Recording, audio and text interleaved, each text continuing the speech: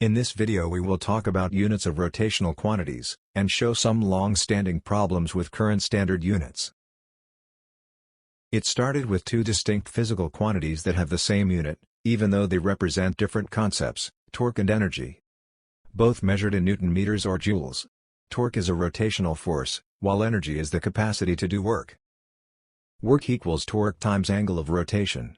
This equation is a fundamental relationship in rotational mechanics. Here's a breakdown. Torque, a measure of the force that can cause an object to rotate around an axis. It's analogous to force in linear motion. Angle of rotation, the amount of rotation an object undergoes around an axis. When you multiply torque by the angle of rotation, you get the work done, which is a form of energy. The equation above implies that torque is measured as joule per radian, contradicting previous assertion. The term torque, from Latin torquere, to twist, is said to have been suggested by James Thomson and appeared in print in April, 1884. Usage is attested the same year by Sylvanus P. Thompson in the first edition of Dynamo Electric Machinery. Thomson motivates the term as follows. Just as the Newtonian definition of force is that which produces or tends to produce motion, along a line, so torque may be defined as that which produces or tends to produce torsion, around an axis. It is better to use a term which treats this action as a single definite entity than to use terms like couple and moment, which suggests more complex ideas. The single notion of a twist applied to turn a shaft is better than the more complex notion of applying a linear force, or a pair of forces, with a certain leverage. A force applied perpendicularly to a lever multiplied by its distance from the lever's fulcrum, the length of the lever arm, is its torque.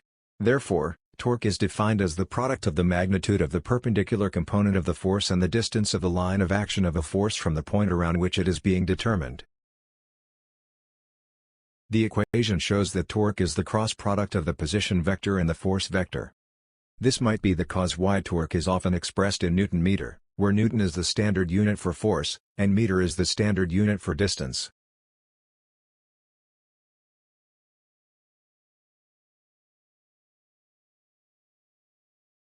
We know that work is a dot product of force and distance.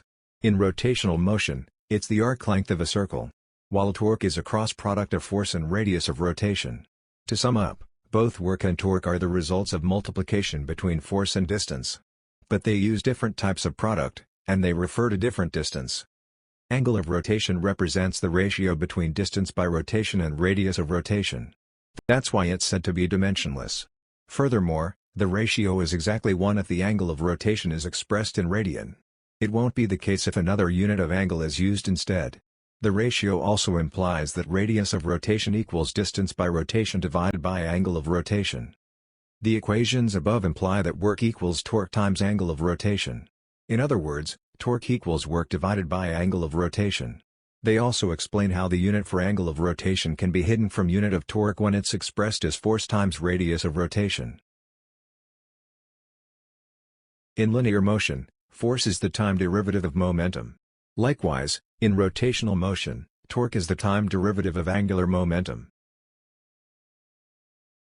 The table here shows the comparison between rotational and linear quantities.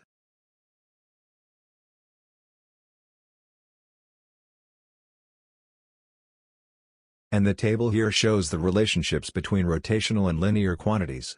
The red-colored texts show the conversion factor between them. In the bottom two rows, the conversion factor is 1. The table here shows the current international standard units for rotational quantities. For comparison, the rightmost column of the table shows the units of the same quantities when obtained from the equations related to other quantities. The red-colored texts show the discrepancies between them, while the yellow highlights show two different physics concepts having the same unit.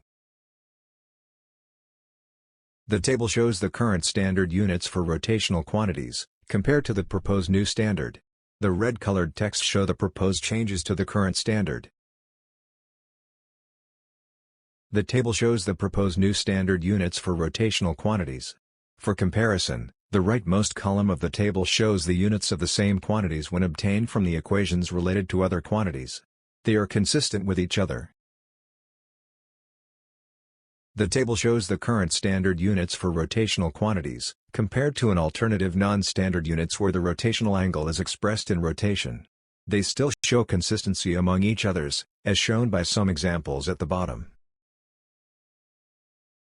The table shows another alternative non-standard units where the rotational angle is expressed in degree. They still show consistency among each others, as shown by some examples at the bottom.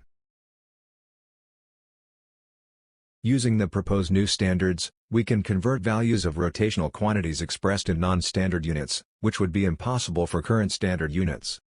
Equations in the same box shown here represents exactly the same physical quantities, only expressed in different units. The conversion factors appear consistently with the units used.